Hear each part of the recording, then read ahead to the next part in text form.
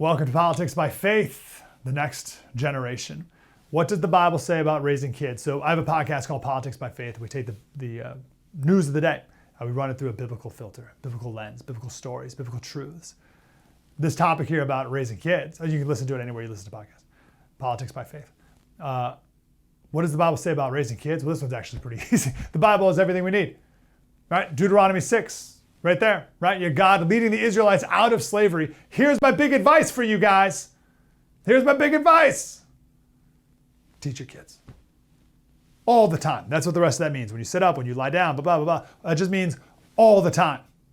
And if you don't instill the truth in the next generation, they will lose it, they will fall away, and society will crumble. This is why we rebuked recently the lie that you don't need to teach kids what to think, just how to think. No, you need to teach kids what to think.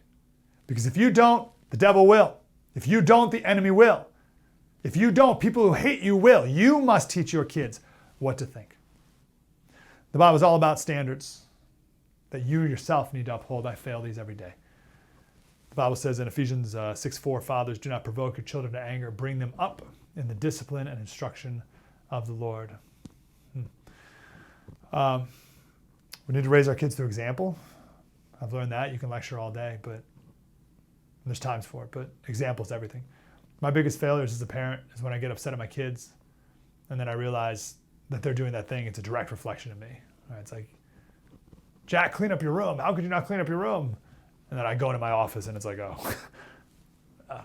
okay, I get it. Parents need to be patient like God is with us. Psalm 86:15. Parents need to be forgiving like God is to us. Daniel 9:9. We need to discipline our kids. Many parents don't discipline today. Kids are hog wild. But God disciplines us. No, Psalm 94:12 says, blessed is the one you discipline, Lord, the one you teach from your law. I want to sit on this one, though. We quoted in the opening segment, Chappelle Roan, if that's how you pronounce her name, it's a pop star. So the parents raising kids are miserable. Everyone she knows with kids are miserable. She's right. Like that observation is accurate in her life, probably. But that's not good.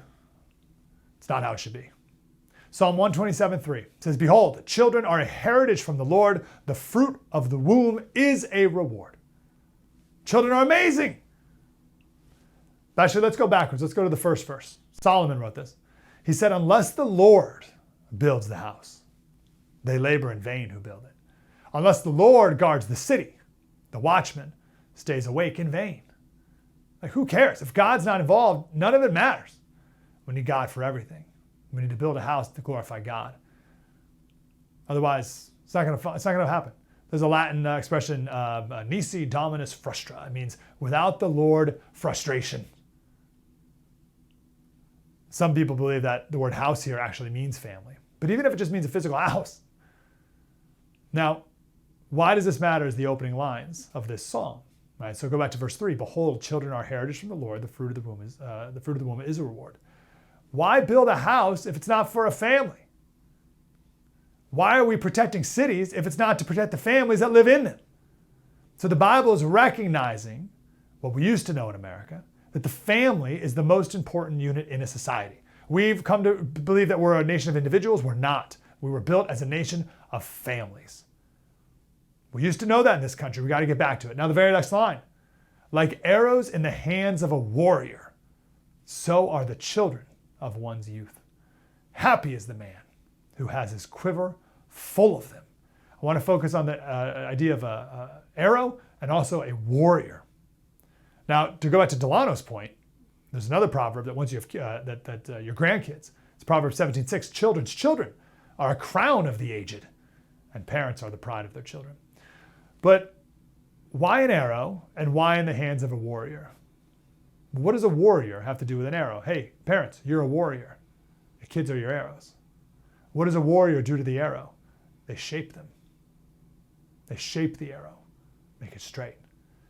They guide the arrow. They aim the arrow. They set a path for the arrow.